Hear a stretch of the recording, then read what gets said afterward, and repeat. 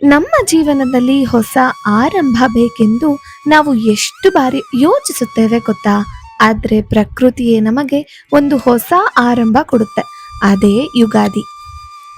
ಯುಗಾದಿ ಎಂದ್ರೆ ಕೇವಲ ಹಬ್ಬ ಮಾತ್ರ ಅಲ್ಲ, ಅದು ಜೀವನದ ತತ್ವ. ಸಂತೋಷ ಮತ್ತು ದುಃಖ ಎರಡನ್ನು ಸಮನಾಗಿ ಸ್ವೀಕರಿಸುವ ಪಾಠ. ಯುಗಾದಿ ಎಂಬ ಪದ ಯುಗ ಹಾಗೆ ಆದಿ ಅಂದರೆ ಹೊಸ ಯುಗದ ಆರಂಭ.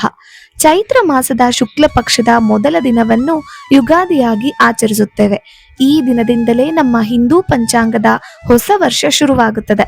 ಇದು ಕರ್ನಾಟಕ, ಆಂಧ್ರ ಪ್ರದೇಶ, ತೆಲಂಗಾಣದಲ್ಲಿ ಅತ್ಯಂತ ಮುಖ್ಯ ಹಬ್ಬ. ಯುಗಾದಿ ಕೇವಲ ಪೌರಾಣಿಕ ಹಬ್ಬ ಅಲ್ಲ, ಇದಕ್ಕೆ ವೈಜ್ಞಾನಿಕ ಕಾರಣವೂ ಇದೆ.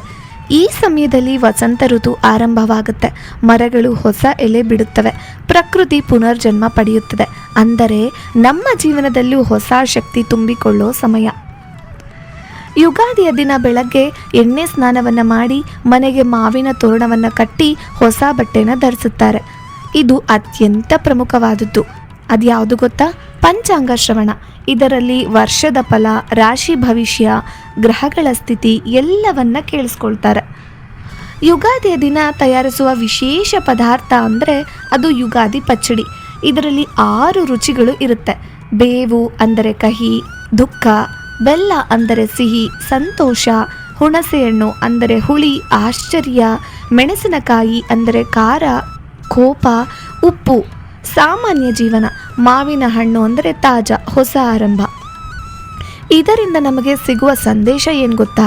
ಜೀವನದಲ್ಲಿ ಎಲ್ಲ ರುಚಿಗಳು ಇರುತ್ತವೆ, ಅದನ್ನೆಲ್ಲ ಸ್ವೀಕರಿಸಬೇಕು. ಪೌರಾಣಿಕವಾಗಿ ನೋಡಿದರೆ ಈ ದಿನ ಬ್ರಹ್ಮದೇವರು ಸೃಷ್ಟಿಯನ್ನು ಆರಂಭಿಸಿದರು ಎಂದು ನಂಬಿಕೆ ಇದೆ.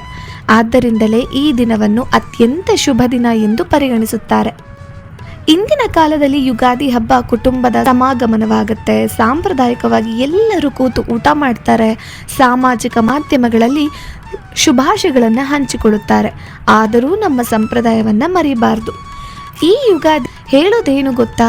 ಹೊಸ ಗುರಿಗಳನ್ನು ಹಾಕೊಳ್ಳಿ, ಹಳೆಯ ನೋವನ್ನು ಬಿಡಿ, ಜೀವನವನ್ನು ಮತ್ತೆ ಶುರು ಮಾಡಿ. ಯುಗಾದಿ ಅಂದರೆ ಕ್ಯಾಲೆಂಡರ್ ಬದಲಾವಣೆ ಅಲ್ಲ, ಮನಸ್ಸಿನ ಬದಲಾವಣೆ.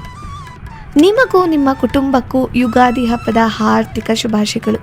ಈ ವಿಡಿಯೋ ನಿಮಗೆ ಇಷ್ಟವಾದರೆ ಲೈಕ್ ಮಾಡಿ, ಕಮೆಂಟ್ ಮಾಡಿ, ಹಾಗೆ ಚಾನಲನ್ನು ಸಬ್ಸ್ಕ್ರೈಬ್ ಮಾಡೋದನ್ನು ಮಾತ್ರ ಮರಿಬೇಡಿ. ನಮಸ್ಕಾರ.